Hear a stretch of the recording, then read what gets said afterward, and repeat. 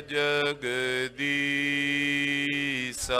ਏਕੰਕਾਰ ਸਤਿਗੁਰੂ ਤਿਹ ਪ੍ਰਸਾਦ ਸਚ ਹੋਏ। ਵਾਹਿਗੁਰੂ ਜੀ ਕੀ ਫਤਿਹ। ਬਿਘਨ ਬਿਨਾਸਨ ਸੋਏ। ਜਿਸ ਮਹਿ ਅੰਮ੍ਰਿਤ ਗਿਆਨ ਹੈ, ਮਾਨਕ ਭਗਤ ਵੈਰਾਗ। ਗੁਰੂ ਗ੍ਰੰਥ ਸਾਹਿਬ ਉਦਦ ਬੰਦੋ ਕਰ ਅਨੁਰਾਗ। ਗੁਰੂ ਗ੍ਰੰਥ ਸਾਹਿਬ ਉਦਦ ਬੰਦੋ ਕਰ ਅਨੁਰਾਗ। ਸਤਿਨਾਮ ਸ੍ਰੀ ਵਾਹਿਗੁਰੂ ਸਾਹਿਬ ਜੀਓ। ਦੋਹਰਾ ਸ਼੍ਰੀ ਗੁਰ ਧਿਆਨ ਸੋਪਾਨ ਸਮ। ਰਿਦਾ ਕਮਲ ਬਿਗਸਾਈ। ਕਵਿਤਾ ਰਚੋਂ ਜਥਾਮਤੀ। ਕਹੋ ਕਥਾ ਸੁਖਦਾਈ। ਵਾਹਿਗੁਰੂ ਜੀ ਕਾ ਖਾਲਸਾ, ਵਾਹਿਗੁਰੂ ਜੀ ਕੀ ਫਤਿਹ। ਪਰਮ ਸਤਿਕਾਰ ਤੇ ਸਨਮਾਨਯੋਗ ਗੁਰੂ ਕੀ ਸਾਜੀ ਔਰ ਨਵਾਜੀ ਹੋਈ। ਗੁਰੂ ਕਾ ਖਾਸ ਰੂਪ ਗੁਰੂ ਖਾਲਸਾ ਸਾਧ ਸੰਗਤ ਜੀਓ, ਤਨਤਾ ਦੇ ਪਾਤਰ ਹੋ। ਦਿਨ ਦੁਨੀਆ ਦੇ ਮਾਲਕ, ਪਤਿਤ ਪਾਵਨ ਭਗਤ ਵਛਲ, ਕਿਰਪਾ ਨਿਧਾਨ, ਅਨਾਥ ਨਾਥ ਜਗਤ ਗੁਰੂ। ਸ਼੍ਰੀ ਗੁਰੂ ਗ੍ਰੰਥ ਸਾਹਿਬ ਜੀ ਮਹਾਰਾਜ ਜੀ ਦੀ ਪਵਿੱਤਰ ਹਜ਼ੂਰੀ 'ਚ ਹਾਜ਼ਰੀਆਂ ਭਰ ਕੇ ਸਤਿਗੁਰੂ ਨੌਵੇਂ ਪਾਤਸ਼ਾਹ ਦੇ ਪਵਿੱਤਰ ਪਾਵਨ ਸੱਚਖੰਡ ਦਰਬਾਰ ਵਿੱਚ ਜੁੜ ਕੇ ਆਪ ਜੀ ਨਿਤਾ ਪ੍ਰਤੀ ਪਹਿਲੇ ਪਾਤਸ਼ਾਹ, ਦੀਨ ਤੇ ਦੁਨੀਆ ਦੇ ਮਾਲਕ, ਜੋਤ ਰੂਪ ਹਰਿ ਆਪ ਗੁਰੂ ਨਾਨਕ ਕਹਾਇਓ। ਜੋਤੀ ਸਰੂਪ ਧੰਨ ਧੰਨ ਸ੍ਰੀ ਗੁਰੂ ਨਾਨਕ ਦੇਵ ਸਾਹਿਬ ਜੀ ਦੀ ਪਵਿੱਤਰ ਜਨਮ ਸਾਖੀ ਬਹੁਤ ਹੀ ਅਦਬ ਸਤਿਕਾਰ ਸ਼ਰਧਾ ਭਾਵਨਾ ਸਹਿਤ ਆਪ ਜੀ ਸਰਵਣ ਕਰ ਰਹੇ। ਸਤਿਗੁਰਾਂ ਦਾ ਇਤਿਹਾਸ ਜਨਮ ਸਾਖੀਆਂ ਤੋਂ ਪ੍ਰਾਰੰਭ ਹੁੰਦਾ ਹੈ। ਉਹ ਇਤਿਹਾਸ ਅੱਗੇ ਚੱਲਦਾ ਚੱਲਦਾ ਗੁਰਬਿਲਾਸਾਂ ਵਿੱਚ ਫਿਰ ਪ੍ਰਕਾਸ਼ ਰੂਪ ਦੇ ਵਿੱਚ ਪ੍ਰਗਟ ਹੁੰਦਾ ਹੈ। 4 ਜਨਮ ਸਾਖੀਆਂ ਮਹਾਰਾਜ ਗੁਰੂ ਨਾਨਕ ਸਾਹਿਬ ਜੀ ਦੇ ਇਤਿਹਾਸ ਦੀਆਂ ਹਨ। ਉਹਦੇ ਵਿੱਚੋਂ ਭਾਈ ਬਾਲੇ ਵਾਲੀ ਜਨਮ ਸਾਖੀ, ਜਿਹਦੀ ਆਪਾਂ ਕਥਾ ਸਰਵਣ ਕਰ ਰਹੇ ਹਾਂ, ਪੁਰਾਤਨ ਜਨਮ ਸਾਖੀ ਹੈ। ਭਾਈ ਮਨੀ ਸਿੰਘ ਵਾਲੀ ਜਨਮ ਸਾਖੀ ਹੈ। ਮਿਹਰਬਾਨ ਵਾਲੀ ਜਨਮ ਸਾਖੀ ਹੈ। ਫਿਰ ਇਤਿਹਾਸ ਗੁਰਬਿਲਾਸਾਂ ਵਿੱਚ ਲਿਖਿਆ ਗਿਆ। 6ਵੇਂ ਪਾਤਸ਼ਾਹ ਦਾ ਗੁਰਬਿਲਾਸ ਹੈ, 10ਵੇਂ ਪਾਤਸ਼ਾਹ ਦੇ ਗੁਰਬਿਲਾਸ ਨੇ। ਕਲਗੀਧਰ ਪਾਤਸ਼ਾਹ ਜੀ ਮਹਾਰਾਜ ਜੀ ਦੇ ਸਮਕਾਲੀ ਕਵੀ ਸੈਨਾਪਤੀ ਜੀ ਨੇ ਸਤਿਗੁਰਾਂ ਦੀ ਉਪਮਾ ਸ਼੍ਰੀ ਗੁਰੂ ਸੋਭਾ ਗ੍ਰੰਥ ਵਿੱਚ ਲਿਖੀ ਹੈ।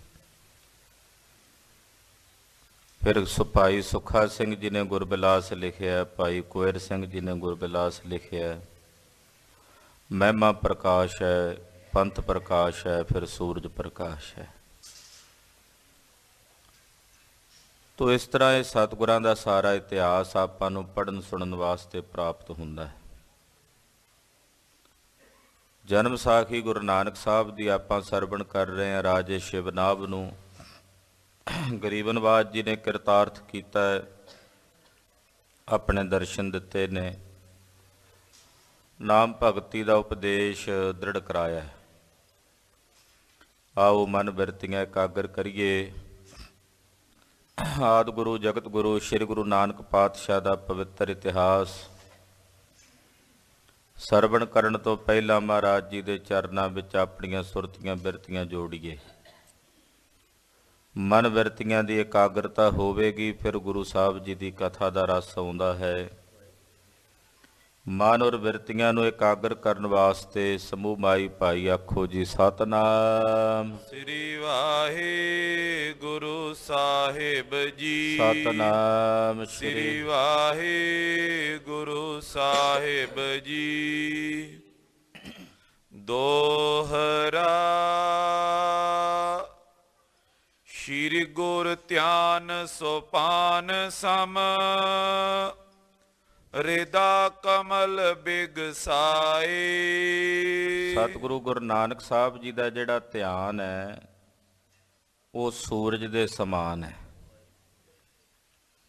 ਜਿਵੇਂ ਸੂਰਜ ਨੂੰ ਵੇਖ ਕੇ ਕਮਲ ਦਾ ਫੁੱਲ ਖਿੜ ਜਾਂਦਾ ਹੈ, ਇਸੇ ਤਰ੍ਹਾਂ ਗੁਰੂ ਨਾਨਕ ਸਾਹਿਬ ਰੂਪੀ ਸੂਰਜ ਨੂੰ ਵੇਖ ਕੇ ਮੇਰਾ ਮਨ ਰੂਪੀ ਕਮਲ ਦਾ ਫੁੱਲ ਜਿਹੜਾ ਹੈ ਉਹ ਖਿੜਦਾ ਹੈ, ਉਹ ਵਿਗਾਸ ਵਿੱਚ ਆਉਂਦਾ ਹੈ। ਕਵਿਤਾ ਰਚੋ ਜਥਾਮਤੀ ਕਹੋ ਕਥਾ ਸੁਖਦਾਈ।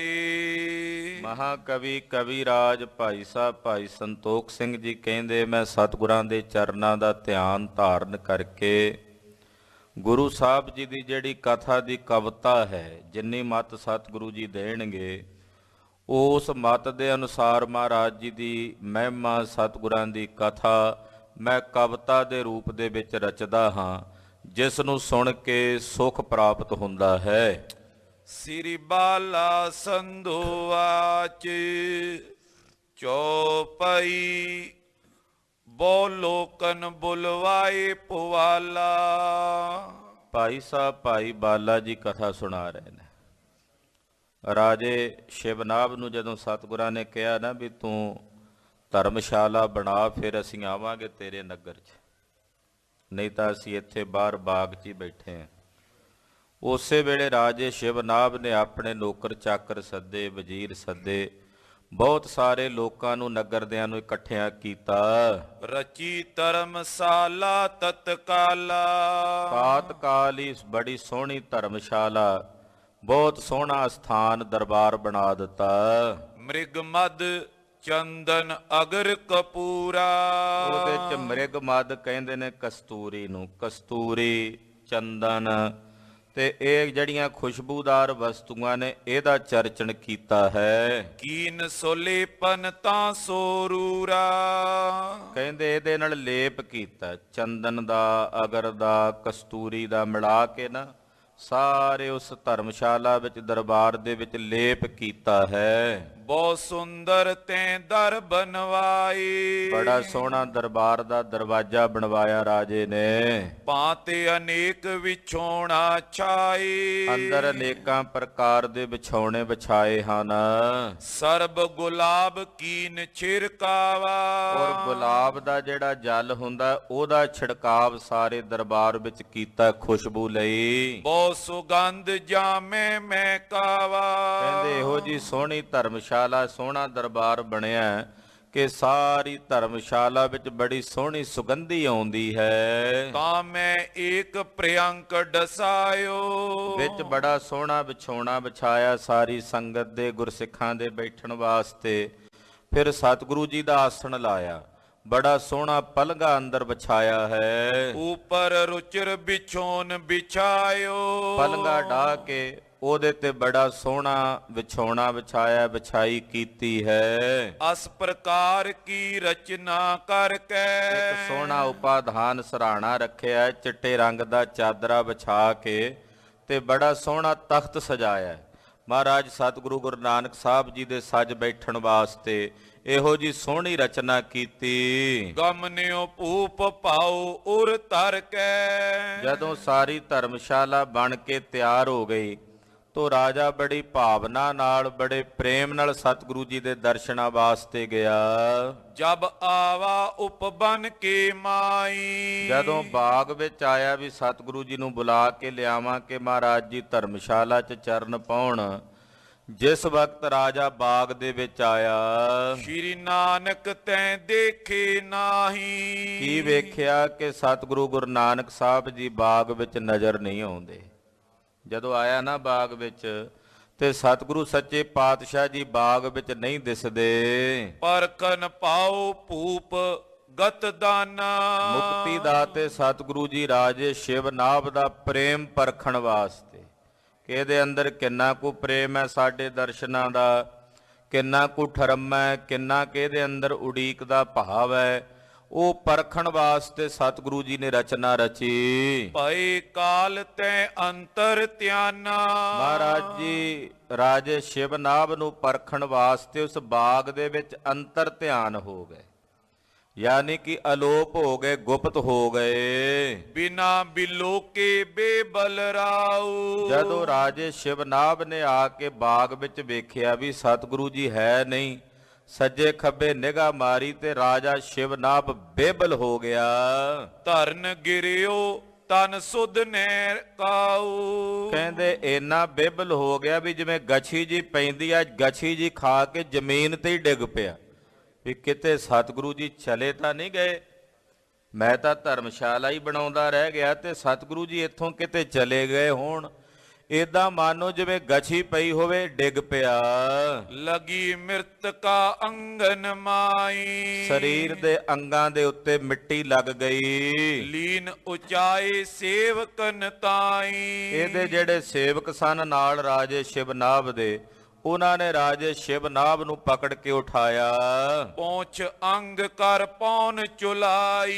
ਇਹਦੇ ਅੰਗ ਪੂੰਝੇ ਤੇ ਇਹਦੇ ਚਿਹਰੇ ਤੇ ਪਵਨ ਚੁਲਾਈ। ਚੇਤਨਤਾ ਭੂਪਤ ਤਨ ਆਈ। ਰਾਜੇ ਸ਼ਿਵ ਨਾਭ ਨੂੰ ਚੇਤਨਤਾ ਆ ਗਈ, ਹੋਸ਼ ਵਿੱਚ ਆ ਗਿਆ। ਬੋਲਿਓ ਬਾਣੀ ਹੋਏ ਸਸ਼ੋਕਾ। ਬੜੇ ਸ਼ੋਕ ਵਿੱਚ ਬੜਾ ਦੁਖੀ ਹੋ ਕੇ ਰਾਜਾ ਸ਼ਿਵ ਨਾਭ ਬੋਲਿਆ। ਕਿਤ ਗਏ ਸ਼੍ਰੀ ਨਾਨਕ ਸੁਖ ਓਕਾ। ਕਹਿਣ ਲੱਗਾ ਸੁੱਖਾਂ ਦੇ ਓਲੇ ਧੰਨ ਗੁਰੂ ਨਾਨਕ ਸਾਹਿਬ ਸੱਚੇ ਪਾਤਸ਼ਾਹ ਕਿੱਥੇ ਚਲੇ ਗਏ ਨੇ, ਕਿੱਧਰ ਟੁਰ ਗਏ ਨੇ ਗਰੀਬ ਨਵਾਜ਼ ਜੀ। ਜਿਨ ਕੇ ਦਰਸ਼ਨ ਤੀਨੋਂ ਤਾਪਾ। ਜਿਨ੍ਹਾਂ ਦੇ ਦਰਸ਼ਨ ਕਰਕੇ, ਜਿਨ੍ਹਾਂ ਦੇ ਦੀਦਾਰ ਕਰਕੇ ਤਿੰਨੇ ਤਾਪ। ਕਨਕ ਬਿਲੋਕਤ ਹੋਵਤ ਖਾਪਾ। ਕਨਕ ਭਰ ਵੀ ਦਰਸ਼ਨ ਕਰ ਲਈਏ ਗੁਰੂ ਨਾਨਕ ਸਾਹਿਬ ਦੇ ਤੇ ਤਿੰਨੇ ਤਾਪ ਹਰੇ ਜਾਂਦੇ ਨੇ। ਆਦੀ ਬਿਆਦੀ ਉਪਾਦੀ ਇਹ ਤਿੰਨੇ ਤਾਪ ਨਿਰਵਿਰਤ ਹੋ ਜਾਂਦੇ ਹਨ। ਕਿਤਕ ਦਿਵਸ ਕੀ ਲਗੀ ਉਡੀਕਾ। ਮੈਂ ਤਾਂ ਕਿਤਨੇ ਦਿਨਾਂ ਤੋਂ ਸਤਿਗੁਰਾਂ ਨੂੰ ਉਡੀਕਦਾ ਸੀ, ਕਿਤਨੇ ਸਮੇਂ ਤੋਂ ਗੁਰਦੇਵ ਦੀ ਉਡੀਕ ਕਰ ਰਿਹਾ ਸੀ। ਅਬ ਪ੍ਰਾਪਤ ਪਾ ਸੁਖ ਮਮ ਜੀ ਕਾ। ਹੁਣ ਮੈਨੂੰ ਸੁਖ ਪ੍ਰਾਪਤ ਹੋਇਆ ਸੀ ਸਤਿਗੁਰਾਂ ਦੇ ਦਰਸ਼ਨ ਕਰਕੇ। ਮੰਦ ਭਾਗ ਪਾ ਮੋਰ ਮਹਾਨਾ। ਪਰ ਮੇਰੇ ਮਾੜੇ ਭਾਗ, ਮੇਰੇ ਮੰਦ ਕਰਮ ਨੇ ਜਾਪਦਾ ਭਏ ਸਪਦਈ ਅੰਤਰ ਧਿਆਨਾ। ਕਿ ਪਲ ਭਰ ਦਰਸ਼ਨ ਦੇ ਕੇ ਸਤਿਗੁਰੂ ਜੀ ਇੱਕਦਮ ਅਲੋਪ ਹੋ ਗਏ ਨੇ, ਮੁੜ ਕੇ ਮੈਨੂੰ ਦਰਸ਼ਨ ਨਹੀਂ ਦੇ ਰਹੇ। ਕਹਿੰਦਾ ਮੈਂ ਚਿਰਾਂ ਤੋਂ ਉਡੀਕਦਾ ਸੀ ਤੇ ਮੈਨੂੰ ਹੁਣ ਜਾ ਕੇ ਦਰਸ਼ਨ ਪ੍ਰਾਪਤ ਹੋਏ, ਪਰ ਮੇਰੇ ਭਾਗ ਮਾੜੇ ਕਿ ਘੜੀ ਮਾਤਰ ਵੀ ਸਤਿਗੁਰਾਂ ਦੇ ਦਰਸ਼ਨ ਹੋਏ। ਕੁਝ ਸਮਾਂ ਦਰਸ਼ਨ ਹੋਏ ਤੇ ਅਚਾਨਕ ਹੀ ਮਹਾਰਾਜ ਜੀ ਅਲੋਪ ਹੋ ਗਏ। ਮੇਰੇ ਕੋਈ ਮੰਦ ਕਰਮ ਹਨ। ਅਸ ਕੈ ਕਾਨਨ ਕੀ ਦਿਸ਼ ਦੋਰਾ। ਬਸ ਫਿਰ ਕੀ, ਫਿਰ ਤਾਂ ਰਾਜਾ ਸ਼ਿਵ ਨਾਭ ਜਿਵੇਂ ਕੋਈ ਬਾਵਰਾ ਨਹੀਂ ਹੋ ਜਾਂਦਾ, ਏਦਾਂ ਬਾਵਰਾ ਹੋ ਕੇ ਬਾਗ ਦੇ ਵਿੱਚ ਸੱਜੇ ਖੱਬੇ ਦੌੜਨ ਲੱਗਾ।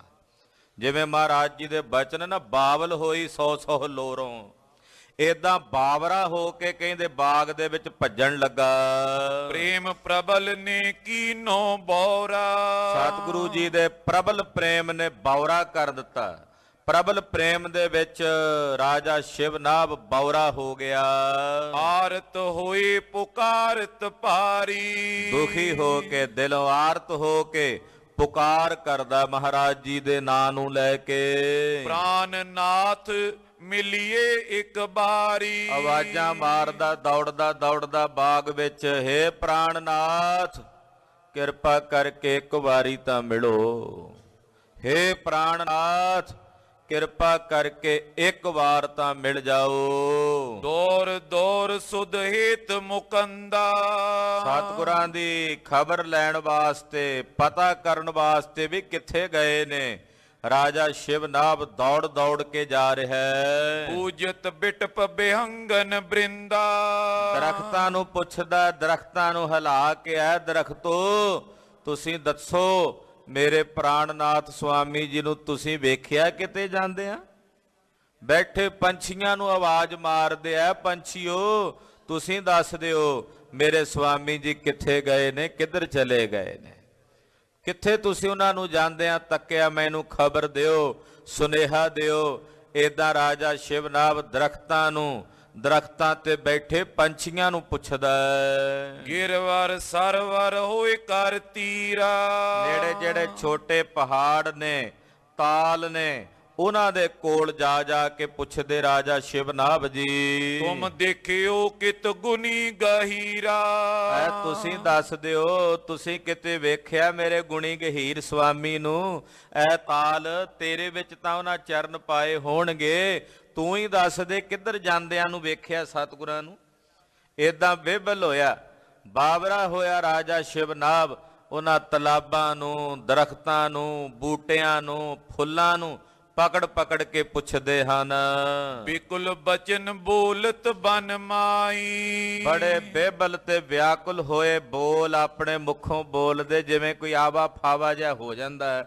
ਏਦਾਂ ਆਵੇ ਫਾਵੇ ਜੇ ਹੋਏ ਸਾਰੇ ਬਾਗ ਦੇ ਵਿੱਚ ਸੱਜੇ ਖੱਬੇ ਰਾਜਾ ਸ਼ਿਵਨਾਭ ਜੀ ਦੌੜੇ ਫਿਰਦੇ ਹਨ।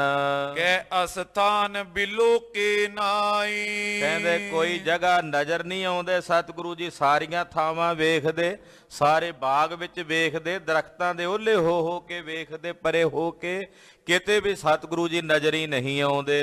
ਸੇਵਦ ਅੰਗ ਪੁਨ ਲੋਚਨ ਨੀਰਾ। ਸਵੇਦ ਅੰਗ ਸਰੀਰ ਦੇ ਉੱਤੇ ਇੱਕਦਮ ਕਹਿੰਦੇ ਪਸੀਨੇ ਦੇ ਨਾਲ ਸਰੀਰ ਭਿੱਜ ਗਿਆ ਦੌੜ ਦੌੜ ਕੇ, ਚਿਹਰੇ ਤੇ ਪਸੀਨਾ, ਅੱਖਾਂ ਦੇ ਵਿੱਚੋਂ ਨੀਰ ਵਹਿੰਦਾ ਚੱਲਿਆ ਜਾ ਰਿਹਾ ਹੈ।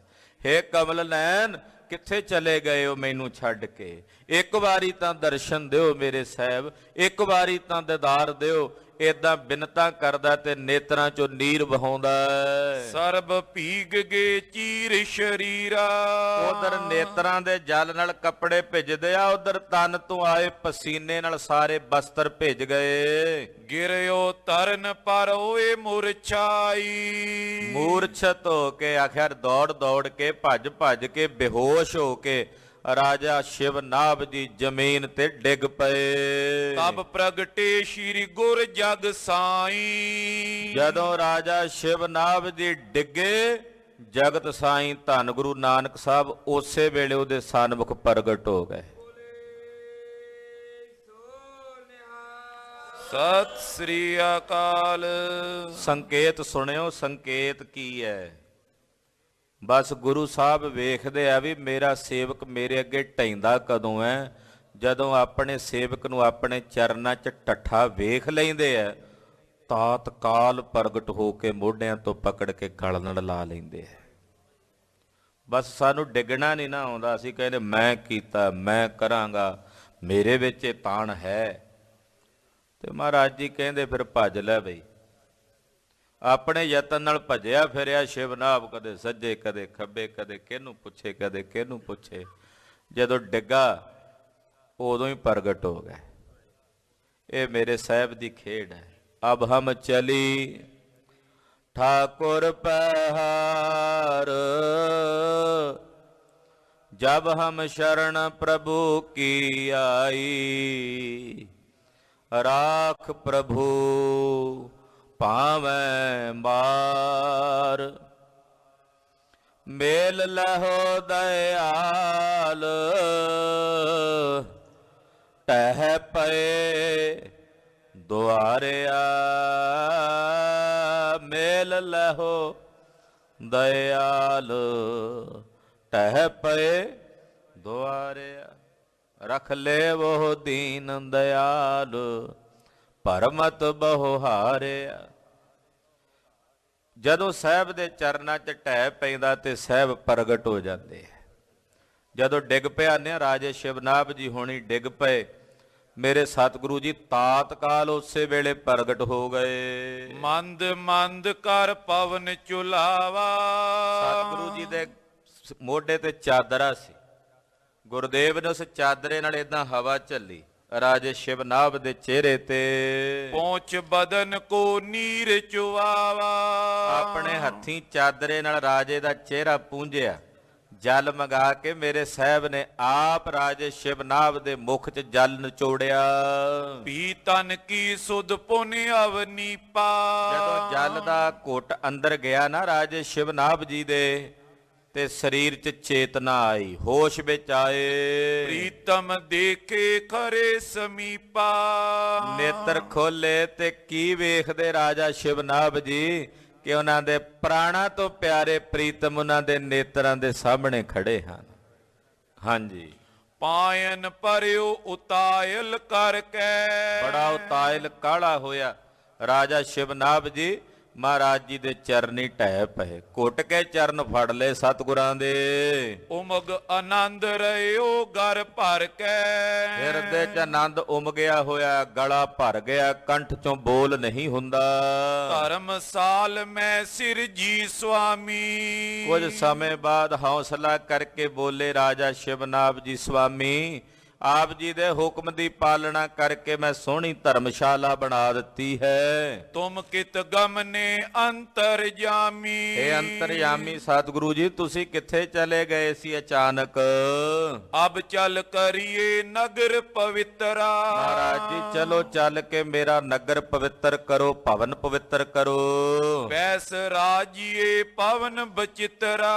ਸੋਹਣਾ ਭਵਨ ਬਣਿਆ ਮਹਾਰਾਜ, ਸੋਹਣੀ ਧਰਮਸ਼ਾਲਾ ਸਥਾਨ ਬਣ ਗਿਆ, ਆਪ ਜੀ ਦਾ ਦਰਬਾਰ ਬਣ ਗਿਆ। ਮਹਾਰਾਜ ਚੱਲ ਕੇ ਆਪ ਜੀ ਦਰਸ਼ਨ ਦਿਓ ਸੰਗਤਾਂ ਨੂੰ ਸਾਨੂੰ। ਬਿਨੈ ਸੁਨੀ ਸ਼੍ਰੋਨਨ ਸੁਨ ਬਾਨੀ। ਰਾਜੇ ਸ਼ਿਵਨਾਭ ਜੀ ਦੀ ਬੇਨਤੀ ਸਤਿਗੁਰੂ ਸੱਚੇ ਪਾਤਸ਼ਾਹ ਜੀ ਮਹਾਰਾਜ ਜੀ ਮੁਕਤੀ ਦਾਤੇ ਸਤਿਗੁਰਾਂ ਨੇ ਸੁਣੀ। ਨ੍ਰਿਪਤ ਸੰਗ ਗਵਨੇ ਗਤ ਦਾਨੀ। ਮੁਕਤੀ ਦਾਤੇ ਸੁਆਮੀ ਜੀ ਰਾਜਾ ਸ਼ਿਵਨਾਭ ਜੀ ਦੇ ਨਾਲ ਨਾਲ ਚੱਲ ਪਏ। ਧਰਮਸਾਲ ਮੈਂ ਰੁਚਿਰ ਪ੍ਰਿਯੰਕਾ।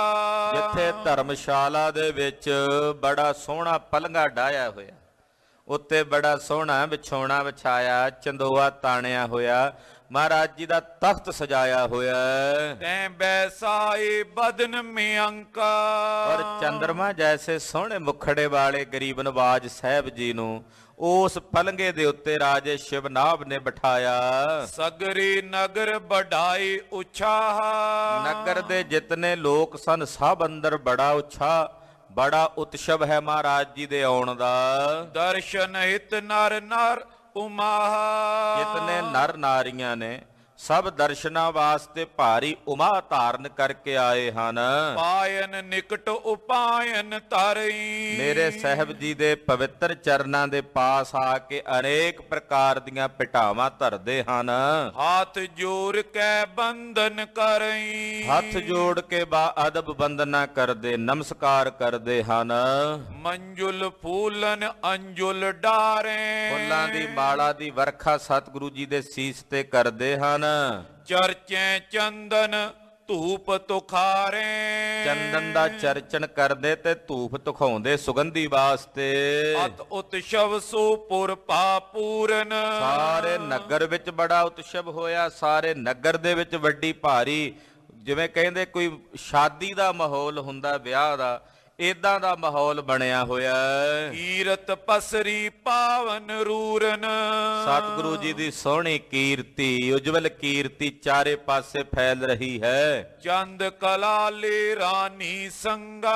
ਰਾਜਾ ਸ਼ਿਵਨਾਭ ਜੀ ਆਪਣੀ ਰਾਣੀ, ਜਿਹਦਾ ਨਾਮ ਸੀ ਚੰਦ ਕਲਾ, ਚੰਦ ਕਲਾ ਨਾਮ ਦੀ ਰਾਣੀ ਨੂੰ ਆਪਣੇ ਨਾਲ ਲੈ ਕੇ ਆਵਾ ਭੂਪਤ ਹਿਰਦੇ ਉਮੰਗਾ। ਬੜੇ ਚਾਅ ਨਾਲ ਮਹਾਰਾਜ ਜੀ ਦੇ ਚਰਨਾਂ ਨੂੰ ਜਜਣ ਭਜਣ ਵਾਸਤੇ, ਪੂਜਾ ਕਰਨ ਵਾਸਤੇ ਆਏ ਹਨ। ਪੂਜਾ ਕੀਨ ਖੋੜਸ ਪ੍ਰਕਾਰਾ। ਖਾਲਸਾ ਜੀ 16 ਪ੍ਰਕਾਰ ਦੀ ਪੂਜਾ ਹੁੰਦੀ ਹੈ। ਪੂਜਾ ਦੇ ਪ੍ਰਕਾਰ ਰਾਜੇ ਸ਼ਿਵਨਾਭ ਨੇ ਔਰ ਉਹਦੀ ਰਾਣੀ ਚੰਦ ਕਲਾ ਨੇ ਮਹਾਰਾਜ ਜੀ ਦੀ ਇਸੇ ਤਰ੍ਹਾਂ ਪੂਜਾ ਕੀਤੀ। ਕੰਚਨ ਥਾਰ ਹਾਥ ਨਿਜ ਤਾਰਾ। ਕਹਿੰਦੇ ਰਾਣੀ ਦੇ ਹੱਥ ਦੇ ਵਿੱਚ ਸੋਨੇ ਦਾ ਥਾਲ ਫੜਿਆ ਹੋਇਆ ਹੈ। ਬਾਰ ਚੋ ਮੁਖੇ ਤੈ ਮੈਂ ਦੀਪਾ। ਉਹਦੇ ਚ 4 ਮੂੰਹਾਂ ਵਾਲੇ ਜਿਹੜੇ ਦੀਵੇ ਨੇ ਘਿਓ ਦੇ, ਉਹ ਬਾਲੇ ਹਨ। ਕਰੀ ਆਰਤੀ ਪੁਨ ਅਵਨੀਪਾ। ਰਾਜੇ ਸ਼ਿਵਨਾਭ ਨੇ ਔਰ ਰਾਣੀ ਚੰਦ ਕਲਾ ਨੇ ਸਤਿਗੁਰੂ ਗੁਰੂ ਨਾਨਕ ਸਾਹਿਬ ਜੀ ਦੀ ਆਰਤੀ ਕੀਤੀ, ਆਰਤ ਹਾਰ ਕੀ ਆਰਤੀ ਉਤਾਰੀ ਹੈ। ਜਿਹੜੇ ਦੁੱਖਾਂ ਦਾ ਨਾਸ਼ ਕਰਨ ਵਾਲੇ ਸੁਆਮੀ ਨੇ ਉਹਨਾਂ ਦੀ ਆਰਤੀ ਕੀਤੀ ਹੈ। ਜੈ ਜੈ ਤੁਨ ਧਰਮਸ਼ਾਲਾ ਪੂਰੀ। ਜਿਹੜੀ ਉਹ ਧਰਮਸ਼ਾਲਾ ਜਿਹਦੇ ਵਿੱਚ ਸਾਹਿਬ ਬਿਰਾਜਮਾਨ ਨੇ, ਸਾਰੀ ਧਰਮਸ਼ਾਲਾ 'ਚ ਜੈ ਜੈਕਾਰ ਦਾ ਨਾਦ ਗੂੰਜ ਰਿਹਾ। ਸਭ ਕਹਿ ਰਹੇ ਨੇ ਧੰਨ ਗੁਰੂ ਨਾਨਕ ਸਾਹਿਬ ਸੱਚੇ ਪਾਤਸ਼ਾਹ ਜੀ ਮਹਾਰਾਜ ਆਪ ਜੀ ਦੀ ਜੈ ਹੋਵੇ। ਹੇ ਗੁਰੂ ਨਾਨਕ ਸਾਹਿਬ ਜੀ ਆਪ ਜੀ ਦੀ ਜੈ ਹੋਵੇ। ਏਦਾਂ ਜੈ ਜੈਕਾਰ ਦਾ ਨਾਦ ਸਾਰੀ ਧਰਮਸ਼ਾਲਾ ਵਿੱਚ ਗੂੰਜ ਰਿਹਾ ਹੈ। ਹੋਏ ਦੀਨ ਬਿਨਤੀ ਕੈ ਰੂਰੀ। ਦੀਨ ਹੋ ਕੇ ਮਹਾਰਾਜ ਜੀ ਨੂੰ ਬੇਨਤੀ ਕਰਦੇ ਹਨ। ਓ ਪ੍ਰਭ ਮੁਝੇ ਸਨਾਥ ਕਰੀਜੈ। ਰਾਜਾ ਸ਼ਿਵਨਾਭ ਜੀ ਕਹਿੰਦੇ ਮਹਾਰਾਜ ਪ੍ਰਭੂ ਜੀ ਮੈਨੂੰ ਸਨਾਥ ਕਰ ਦਿਓ। ਮਹਾਰਾਜ ਮੈਂ ਅਨਾਥ ਹਾਂ, ਮੈਂ ਅਨਾਥ ਨੂੰ ਨਾਥ ਵਾਲਾ ਬਣਾ ਲਓ। ਮਹਾਰਾਜ ਮੇਰੇ ਨਾਥ ਹੋ ਜਾਓ, ਮੈਨੂੰ ਸਨਾਥ ਕਰ ਦਿਓ। ਚਰਨ ਸਰਨ ਕੋ ਪਰ ਨਾ ਦੀਜੈ। ਮਹਾਰਾਜ ਜੀ ਮੈਨੂੰ ਆਪਣੇ ਚਰਨਾਂ ਕਮਲਾਂ ਦਾ ਆਸਰਾ ਬਖਸ਼ ਦਿਓ। ਕਰੋ ਆਪਨੋ ਬਰ ਉਪਦੇਸ਼ੂ। ਮੈਨੂੰ ਆਪਣਾ ਪਵਿੱਤਰ ਉਪਦੇਸ਼ ਦੇ ਕੇ ਕਿਰਤਾਰਥ ਕਰੋ। ਮਹਾਰਾਜ ਤੁਹਾਡਾ ਪਾਵਨ ਉਪਦੇਸ਼ ਦੇ ਕੇ ਮੈਨੂੰ ਕਿਰਤਾਰਥ ਕਰੋ। ਜੈ ਤੇ ਮਿਟੈ ਜਗਤ ਕਲੇਸ਼ੂ।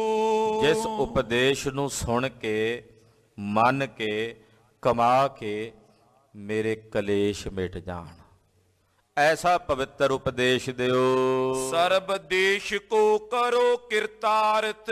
ਮਹਾਰਾਜ ਜੀ ਮੇਰਾ ਸਾਰਾ ਦੇਸ਼ ਕਿਰਤਾਰਥ ਕਰੋ। ਇਹ ਸਿੰਗਲਾਦੀਪ ਟਾਪੂ ਇਹ ਕਿਰਤਾਰਥ ਕਰ ਦਿਓ। ਤੁਮ ਬਚਨਨ ਮੈਂ ਚਤੁਰ ਪਦਾਰਥ। ਮਹਾਰਾਜ ਜੀ ਤੁਹਾਡੇ ਬਚਨਾਂ 'ਚ ਚਾਰ ਹੀ ਪਦਾਰਥ ਨੇ, ਧਰਮ ਅਰਥ ਕਾਮ ਮੋਕਸ਼, ਚਾਰ ਪਦਾਰਥ ਨੇ। ਮਹਾਰਾਜ ਜੀ ਤੁਹਾਡੇ ਬਚਨਾਂ ਵਿੱਚ ਚਾਰ ਹੀ ਪਦਾਰਥ ਹਨ। ਅਸ ਪ੍ਰਕਾਰ ਕੀ ਬਿਨਤੀ ਸੁਨ ਕੇ। ਜਦੋਂ ਇਸ ਤਰ੍ਹਾਂ ਰਾਜੇ ਸ਼ਿਵਨਾਭ ਨੇ ਸਤਿਗੁਰਾਂ ਨੂੰ ਬੇਨਤੀ ਕੀਤੀ, ਗਰੀਬ ਨਵਾਜ ਸਾਹਿਬ ਨੇ ਬੇਨਤੀ ਸੁਣੀ। ਬੋਲੇ ਦਿਆਲ ਬਿਰਦ ਨਿਜ ਜਨ ਕੈ। ਆਪਣਾ ਦਿਆਲੂ ਬਿਰਦ ਜਾਣਦਿਆਂ ਸਤਿਗੁਰੂ ਸੱਚੇ ਪਾਤਸ਼ਾਹ ਜੀ ਮਹਾਰਾਜ ਜੀ ਬੋਲੇ ਮਨ ਕੋ ਰੋਕਨ ਨਿਰਮਲ ਕਰਨੋ। ਮਹਾਰਾਜ ਜੀ ਕਹਿੰਦੇ ਹੇ ਰਾਜਾ ਸ਼ਿਵਨਾਭ ਮਨ ਨੂੰ ਰੋਕਣਾ ਤੇ ਮਨ ਨੂੰ ਨਿਰਮਲ ਕਰਨਾ ਦੋ ਪ੍ਰਕਾਰ ਹੋ ਗਏ। ਰੋਕਣਾ ਮਨ ਨੂੰ ਚੰਚਲ ਜੋ ਹੋਇਆ, ਫਿਰ ਇਹਨੂੰ ਨਿਰਮਲ ਕਰਨਾ। ਯਹੀ ਉਪਾਵ ਕਲੇਸ਼ ਨਿਹਰਨੋ। ਬਸ ਇਹੀ ਇੱਕ ਉਪਾਅ ਹੈ ਜਿਹਦੇ ਨਾਲ ਕਲੇਸ਼ ਦੂਰ ਹੋ ਸਕਦੇ। ਜੇ ਮਨ ਟਿਕ ਜਾਏ ਔਰ ਮਨ ਨਿਰਮਲ ਹੋ ਜਾਏ ਤਾਂ ਫਿਰ ਸਾਰੇ ਕਲੇਸ਼ ਕੱਟੇ ਜਾਂਦੇ ਹਨ। ਤਾਂ ਕੀ ਜਾਨੋ ਹੈ ਬਿਦ ਦੋ। ਮਨ ਨੂੰ ਰੋਕਣ ਤੇ ਮਨ ਨੂੰ ਨਿਰਮਲ ਕਰਨ ਦੇ ਦੋ ਤਰੀਕੇ ਨੇ। ਦੋ ਵਿਧ ਦਾ ਮਤਲਬ ਹੁੰਦਾ ਦੋ ਪ੍ਰਕਾਰ ਹਨ। ਵੇਦ ਸੰਤ ਪੁਨ ਭਾਖਤ ਸੋ। ਜਿਹੜੇ ਦੋ ਤਰੀਕੇ ਨੇ ਉਹ ਵੇਦ ਵੀ ਦੱਸਦੇ ਆ, ਮਹਾਂਪੁਰਸ਼ ਸੰਤ ਮਹਾਤਮਾ ਰਿਸ਼ੀ ਮੁਨੀ ਵੀ ਦੱਸਦੇ ਹਨ। ਜੋ ਹੋਵੇ ਤੁਝ ਪਾਸ ਸੁਖਾਰੋ। ਜਿਹੜਾ ਤੇਰੇ ਕੋਲੋਂ ਸੌਖੇ ਢੰਗ ਨਾਲ ਹੋ ਜੇ ਉਹ ਕਰ ਲੈ। ਦੋ ਤਰੀਕੇ ਦੱਸਦੇ ਹਨ। ਸੋ ਕਰੀਏ ਨੀਕੇ ਨਿਰਧਾਰੋ। ਉਹਨਾਂ ਦੋਵਾਂ ਚੋਂ ਜਿਹੜਾ ਇੱਕ ਤੇਰੇ ਕੋਲ ਹੋ ਜੇ ਸੌਖੇ ਢੰਗ ਨਾਲ ਉਹ ਕਰਕੇ ਤੂੰ ਨਿਰਧਾਰਤ ਕਰ ਲੈ। ਸੁਨ ਸ਼ਿਵਨਾਭ ਬੰਦ ਦ્વੈ ਹਾਥਾ। ਜਦੋਂ ਸਤਿਗੁਰਾਂ ਨੇ ਕਿਹਾ ਨਾ ਵੀ ਦੋ ਪ੍ਰਕਾਰ ਨੇ ਮਨ ਨੂੰ ਰੋਕਣ ਤੇ ਮਨ ਨੂੰ ਨਿਰਮਲ ਕਰਨ ਦੇ, ਕਲੇਸ਼ਾਂ ਤੋਂ ਦੂਰ ਹੋਣ ਦੇ, ਤੇ ਫਿਰ ਇਹ ਹੱਥ ਜੋੜ ਕੇ ਬੋਲੇ। ਕਹਿਣ ਲੱਗੇ ਮਹਾਰਾਜ ਗਰੀਬ ਨਵਾਜ ਸਤਿਗੁਰੂ ਜੀ ਚਰਨ ਕਮਲ ਪਰ ਧਰ ਕਰ ਮਾਥਾ। ਸਤਿਗੁਰਾਂ ਦੇ ਸੋਹਣਿਆਂ ਚਰਨਾਂ ਕਮਲਾਂ ਤੇ ਸੀਸ ਧਰ ਕੇ ਜੇ ਦੁਵੈ ਬਿਦ ਕੇ ਕਹੇ ਉਪਾਈ। ਮਹਾਰਾਜ ਜੀ ਜਿਹੜੇ ਤੁਸੀਂ ਇਹ ਦੋ ਪ੍ਰਕਾਰ ਜਾਂ ਦੋ ਜੁਗਤੀਆਂ ਦਸੀਆਂ ਹਨ ਪਰ ਬਿਥਾਰ ਸੋ ਦਿਓ ਸੁਨਾਈ। ਉਹ ਕਿਹੜੀਆਂ ਕਿਹੜੀਆਂ ਨੇ ਮੈਨੂੰ ਕਿਰਪਾ ਕਰਕੇ ਵਿਸਥਾਰ ਕਰਕੇ ਸੁਣਾਓ। ਪੋ ਰਾਜਨ ਜੋ ਦ્વੈ ਪ੍ਰਕਾਰਾ। ਸੁਣ ਕੇ ਸਤਿਗੁਰੂ ਜੀ ਬੋਲੇ ਕਹਿੰਦੇ ਹੇ ਰਾਜਨ ਜਿਹੜਾ ਇਹ ਦੋ ਪ੍ਰਕਾਰ ਦਾ ਤੈਨੂੰ ਅਸੀਂ ਤਰੀਕਾ ਦੱਸਿਆ ਸੋ ਉਚਰ ਤੋਂ ਕਰ ਵਿਸਥਾਰਾ। ਮਹਾਰਾਜ ਜੀ ਕਹਿੰਦੇ ਉਹਦਾ ਅਸੀਂ ਵਿਸਥਾਰ ਕਰਕੇ ਦੱਸਦੇ। ਇੱਕ ਪ੍ਰਾਣ ਸੰਗਲੀ ਪੋਥੀ ਹੈ ਜਿਹੜੀ ਰਾਜੇ ਸ਼ਿਵਨਾਭ ਨਾਲ ਮਹਾਰਾਜ ਜੀ ਦੀ ਵਾਰਤਾ ਹੋਈ ਤੇ ਉਹਨੇ ਲਿਖੀ, ਮਿਲ ਜਾਂਦੀ ਹੈ ਹੁਣ ਵੀ। ਉਹਦਾ ਨਾਮ ਹੈ ਪ੍ਰਾਣ ਸੰਗਲੀ। ਉਹਦੇ ਚ ਯੋਗ ਦੇ ਬੜੇ ਬੜੇ ਪ੍ਰਕਾਰ ਦੱਸੇ। ਮਹਾਰਾਜ ਸੱਚੇ ਪਾਤਸ਼ਾਹ ਕਹਿੰਦੇ ਵੀ ਦੋ ਪ੍ਰਕਾਰ ਨੇ, ਉਹ ਤੈਨੂੰ ਦੱਸ ਦਿੰਦੇ ਆ ਵਿਸਥਾਰ ਨਾਲ। ਸੁਣੋ ਇੱਕ, ਹਾਂਜੀ। ਕਸ਼ਟ ਜੋਗ ਇੱਕ ਭਗਤ ਜੋਗ ਸੁਨ। ਇੱਕ ਹੈ ਕਸ਼ਟ ਯੋਗ, ਦੂਸਰਾ ਹੈ ਭਗਤ ਯੋਗ। ਇਹ ਦੋ ਤਰੀਕੇ ਨੇ, ਕਸ਼ਟ ਯੋਗ ਤੇ ਭਗਤ ਯੋਗ। ਇੱਕ ਹੁੰਦਾ ਹਠ ਯੋਗ। ਜਿਹੜਾ ਹਠ ਯੋਗ ਹੈ ਉਹਨੂੰ ਮਹਾਰਾਜ ਜੀ ਨੇ ਖੰਡਿਆ। ਮਹਾਰਾਜ ਜੀ ਕਹਿੰਦੇ ਦੋ ਪ੍ਰਕਾਰ ਦਾ ਯੋਗ ਹੈ ਰਾਜਾ ਸ਼ਿਵਨਾਭ, ਮਨ ਨੂੰ ਟਿਕਾਉਣ ਦਾ ਤੇ ਮਨ ਨੂੰ ਨਿਰਮਲ ਕਰਨ ਦਾ। ਦੋ ਪ੍ਰਕਾਰ ਦਾ ਯੋਗ, ਪਹਿਲਾ ਕਸ਼ਟ ਯੋਗ, ਦੂਸਰਾ ਭਗਤ ਯੋਗ ਹੈ। ਇਨ ਦੋਨੋਂ ਤੇ ਹੋਏ ਨਿਰਮਲ ਤਨ। ਇਹਨਾਂ ਦੋਨਾਂ ਦੇ ਨਾਲ ਤਨ ਵੀ ਨਿਰਮਲ ਹੁੰਦਾ ਤੇ ਮਨ ਵੀ ਅਸਰ ਕਬੂਲਦਾ ਹੈ। ਪ੍ਰਥਮ ਕਸ਼ਟ ਜੋ ਜੋਗ ਬਖਾਨਾ। ਮਹਾਰਾਜ ਜੀ ਕਹਿੰਦੇ ਜਿਹੜਾ ਤੁਹਾਨੂੰ ਪਹਿਲਾਂ ਅਸੀਂ ਕਸ਼ਟ ਯੋਗ ਦੱਸਿਆ ਵੀ ਜਿਹੜਾ ਕਸ਼ਟ ਯੋਗ ਹੈ, ਅਸ਼ਟ ਅੰਗ ਤਾਂ ਕੇ ਸੁਨ ਕਾਨਾ। ਜਿਹੜਾ ਕਸ਼ਟ ਯੋਗ ਹੈ ਉਹਦੇ ਅੱਗੋਂ 8 ਅੰਗ ਨੇ। ਥੋੜੇ ਬਚਨ ਅੱਗੇ ਵਿਸਥਾਰ ਨਾਲ ਚੱਲਣੇ, ਇੱਕ ਦੋ ਦਿਨ ਕਥਾ ਚੱਲੇਗੀ। ਇੱਕ ਇੱਕ ਬਚਨ ਬੜੇ ਗੌਰ ਨਾਲ ਸੁਣਨ ਵਾਲਾ ਹੈ। ਕਹਿੰਦੇ ਜਿਹੜਾ ਕਸ਼ਟ ਯੋਗ ਹੈ ਇਹਦੇ 8 ਅੰਗ ਨੇ, ਜਿਹਨੂੰ ਆਪਾਂ ਯੋਗ ਦੇ 8 ਅੰਗ ਕਹਿੰਦੇ ਆ ਨਾ। ਅਸ਼ਟਾਂਗ ਯੋਗ ਜਿਹੜਾ 8 ਪ੍ਰਕਾਰ, 8 ਅੰਗ ਜਿਹੜੇ ਯੋਗ ਦੇ ਨੇ। ਮਹਾਰਾਜ ਜੀ ਕਹਿੰਦੇ ਜਿਹੜਾ ਕਸ਼ਟ ਯੋਗ ਹੈ ਇਹਦੇ 8 ਅੰਗ ਨੇ। ਉਹ ਸੁਣੋ ਜੀ ਧਿਆਨ ਨਾਲ, 8 ਕਿਹੜੇ ਕਿਹੜੇ ਨੇ? ਹਾਂਜੀ। ਯਮ ਅਰ ਨੇਮ ਇਕੰਤੰ ਦੇਸੋ। ਪਹਿਲਾ ਹੈ ਯਮ, ਅੱਗੇ ਯਮ 10 ਪ੍ਰਕਾਰ ਦਾ, ਉਹ ਵੀ ਦੱਸਣਗੇ। ਜਿਹੜੇ 8 ਅੰਗ ਨੇ ਕਸ਼ਟ ਯੋਗ ਦੇ, ਉਹਦੇ ਵਿੱਚੋਂ ਪਹਿਲਾ ਹੈ ਯਮ, ਦੂਸਰਾ ਹੈ ਨੇਮ, ਤੀਸਰਾ ਹੈ ਇਕਾਂਤ ਦੇਸ। ਹਾਂਜੀ। ਆਸਨ ਪ੍ਰਾਣਾਯਾਮ ਸੁਦੇਸ਼ੋ। ਚੌਥਾ ਹੈ ਆਸਣ, ਯੋਗ ਸਿੱਧ ਆਸਣ 84 ਆਸਣ। ਤੇ ਪੰਜਵਾਂ ਹੈ ਪ੍ਰਾਣਾਯਾਮ। ਹਾਂਜੀ। ਧਿਆਨ ਧਾਰਨਾ ਅਸ਼ਟ ਸਮਾਧ। ਔਰ ਇਸੇ ਤਰ੍ਹਾਂ 6ਵਾਂ ਹੈ ਧਿਆਨ, 7ਵਾਂ ਹੈ ਧਾਰਨਾ ਤੇ 8ਵੀਂ ਹੈ ਸਮਾਧੀ। ਯੋਗ ਦੇ 8 ਅੰਗ ਨੇ, ਯਮ, ਨੇਮ, ਇਕਾਂਤ ਦੇਸ, ਆਸਣ, ਪ੍ਰਾਣਾਯਾਮ, ਧਿਆਨ, ਧਾਰਨਾ ਤੇ ਸਮਾਧੀ। ਇਹ ਯੋਗ ਜਿਹੜਾ ਕਸ਼ਟ ਯੋਗ ਹੈ ਉਹਦੇ 8 ਅੰਗ ਹਨ। ਪਾਏ ਪਰਮ ਪਦ ਇਨ ਕੋ ਸਾਧ। ਜਿਹੜਾ ਇਸ 8 ਪ੍ਰਕਾਰ ਦੇ ਯੋਗ ਨੂੰ ਯੋਗੀ ਸਾਧ ਗਿਆ ਉਹ ਪਰਮ ਪਦਵੀ ਨੂੰ ਪ੍ਰਾਪਤ ਹੁੰਦਾ ਹੈ। ਪ੍ਰਥਮੇ ਯਮ ਕੋ 10 ਪ੍ਰਕਾਰਾ। ਮਹਾਰਾਜ ਜੀ ਕਹਿੰਦੇ ਜਿਹੜਾ 8 ਪ੍ਰਕਾਰ ਦਾ ਇਹ ਤੁਹਾਨੂੰ 8 ਅੰਗ ਦੱਸੇ ਨੇ ਯੋਗ ਦੇ, ਇਹਦੇ ਵਿੱਚੋਂ ਜਿਹੜਾ ਪਹਿਲਾ ਯਮ ਹੈ ਉਹ ਯਮ ਜਿਹੜਾ ਉਹ ਅੱਗੇ 10 ਪ੍ਰਕਾਰ ਦਾ ਹੈ। ਆਖੋ ਸਤਿਨਾਮ ਸ੍ਰੀ ਵਾਹਿਗੁਰੂ। 8 ਹੋ ਗਏ। ਉਹ 8 ਦੇ ਵਿੱਚੋਂ ਜਿਹੜਾ ਪਹਿਲਾ ਯਮ ਹੈ ਉਹਦੇ ਫਿਰ ਅੱਗੇ 10 ਪ੍ਰਕਾਰ ਨੇ।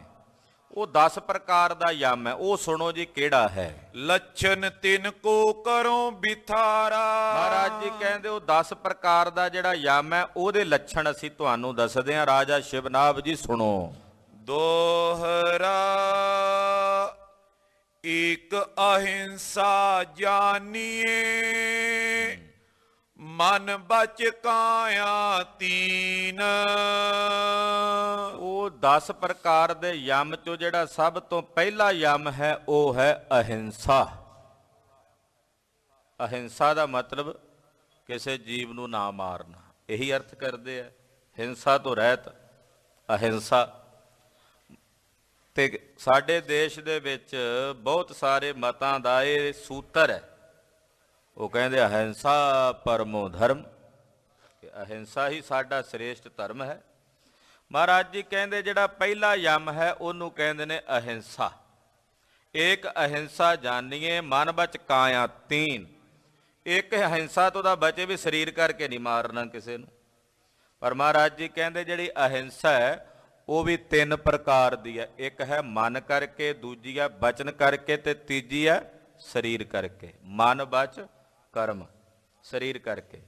ਮਨ ਕਰਕੇ ਹਿੰਸਾ ਕਰਨੀ, ਬਚਨ ਕਰਕੇ ਹਿੰਸਾ ਕਰਨੀ ਤੇ ਸਰੀਰ ਕਰਕੇ ਹਿੰਸਾ ਕਰਨੀ। ਇਹ 3 ਪ੍ਰਕਾਰ ਦੀ ਹੈ ਅਹਿੰਸਾ। ਹਾਂਜੀ। ਪਰ ਕੋ ਬੁਰਾ ਜੇ ਚਿਤਵਨਾ, ਮਨ ਕੀ ਹਿੰਸਾ ਚੀਨ। ਹੁਣ ਮਨ ਦੀ ਹਿੰਸਾ ਕਿਹੜੀ ਹੈ? ਜਿਹੜਾ ਪਹਿਲਾ ਯਮ ਦੱਸ ਰਹੇ ਨੇ ਅਹਿੰਸਾ, ਅਹਿੰਸਾ ਵੀ ਅੱਗੇ 3 ਪ੍ਰਕਾਰ ਦੀ ਹੈ।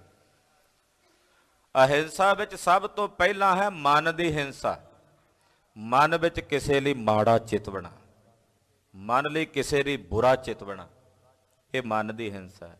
ਮੈਂ ਸਰੀਰ ਕਰਕੇ ਕਿਸੇ ਨੂੰ ਨਹੀਂ ਮਾਰ ਸਕਦਾ, ਬੋਲ ਕਰਕੇ ਵੀ ਕਿਸੇ ਨੂੰ ਮਾੜਾ ਨਹੀਂ ਕਹਿ ਸਕਦਾ ਵੀ ਬੰਦਾ ਤਾਕਤਵਰ ਹੈ, ਮਨ ਕਰਕੇ ਉਹਨੂੰ ਛੁਰੇ ਮਾਰ ਮਾਰ ਕੇ ਕਤਲ ਕਰਦੇ ਆ, ਉਹ ਵੀ ਤਾਂ ਹਿੰਸਾ ਹੀ ਹੈ ਨਾ। ਔਰ ਤਕਰੀਬਨ 99.99 ਇੱਕ ਛੋਟਾ ਜਿਹਾ ਛੱਡ ਦਿੰਦੇ ਆ ਕਿਉਂਕਿ ਇੰਨੇ ਕੁ ਰਹਿ ਜਾਂਦੇ ਆ ਸੰਸਾਰ ਜਿਹੜੇ ਵਿਰਲੇ ਆ। 99.99% ਲੋਕ ਮਨ ਕਰਕੇ ਹਿੰਸਾ ਜ਼ਰੂਰ ਕਰ ਲੈਂਦੇ ਆ, ਮਨ ਕਰਕੇ ਹਿੰਸਾ ਹੋ ਜਾਂਦੀ, ਕਿਉਂਕਿ ਮਨ ਕਰਕੇ ਕਿਸੇ ਨੂੰ ਕਤਲ ਕਰਨ ਦੇ ਉੱਤੇ ਤੇ ਕਾਨੂੰਨ ਦੀ ਥੋੜੀ ਸਜ਼ਾ, ਉਹਦੇ ਤੇ ਥੋੜੀ 307 ਜਾਂ 302 ਲੱਗਣੀ ਹੈ, ਮਨ ਕਰਕੇ ਹੈ। ਤੋ ਮਨ ਕਰਕੇ ਹਿੰਸਾ, ਕਿਸੇ ਪ੍ਰਤੀ ਬੁਰਾ ਚਿੱਤ ਬਣਾ, ਕਿਸੇ ਲਈ ਦਵੈਸ਼ ਚਿੱਤ ਬਣੀ, ਮਹਾਰਾਜ ਜੀ ਕਹਿੰਦੇ ਮਨ ਦੀ ਹਿੰਸਾ ਹੈ। ਪਹਿਲਾ ਯਮ, ਯਾਨੀ ਕਿ ਇਹਦੇ ਤੋਂ ਵੀ ਰਹਿਤ ਹੋਣਾ, ਮਨ ਵਿੱਚ ਵੀ ਕਿਸੇ ਦਾ ਬੁਰਾ ਨਹੀਂ ਚਿੱਤ ਬਣਾ। ਮੇਰੇ ਪਾਤਸ਼ਾਹ ਧੰਨ ਗੁਰੂ ਅਰਜਨ ਦੇਵ ਸਾਹਿਬ ਫਰਮਾਉਂਦੇ, ਪਰ ਕਾ ਬੁਰਾ ਨਾ ਰਾਖੋ ਚੀਤ, ਤੁਮ ਕੋ ਦੁਖ ਨਹੀਂ ਪਾਈ ਮੀਤ। ਬਈ ਕਿਸੇ ਦਾ ਬੁਰਾ ਨਾ ਚਿੱਤ ਵਿੱਚ ਮਨ ਚ ਵੀ ਨਾ ਸੋਚੀ, ਕਰਨਾ ਤਾਂ ਕਿਤੇ ਰਿਹਾ। ਮਨ ਵਿੱਚ ਵੀ ਕਿਸੇ ਪ੍ਰਤੀ ਬੁਰਾ ਨਹੀਂ ਚਿੱਤ ਬਣਾ, ਦਵੈਸ਼ ਨਹੀਂ ਚਿੱਤ ਬਣੀ। ਇਹਨੂੰ ਕਹਿੰਦੇ ਆ ਮਨ ਦੀ ਹਿੰਸਾ ਤੋਂ ਬਚ ਜਾਣਾ। ਹਾਂਜੀ, ਜੋ ਪਈ ਫਿੱਕਾ ਬੋਲ ਦੁਖਾਏ ਹਨਾਵੇ। ਕਹਿੰਦੇ ਮਨ 'ਚ ਬੁਰਾ ਚਿੱਤ ਬਣਾਏ, ਮਨ ਦੀ ਹਿੰਸਾ। ਦੂਜੀ ਹੈ ਬਚਨਾਂ ਦੀ ਹਿੰਸਾ।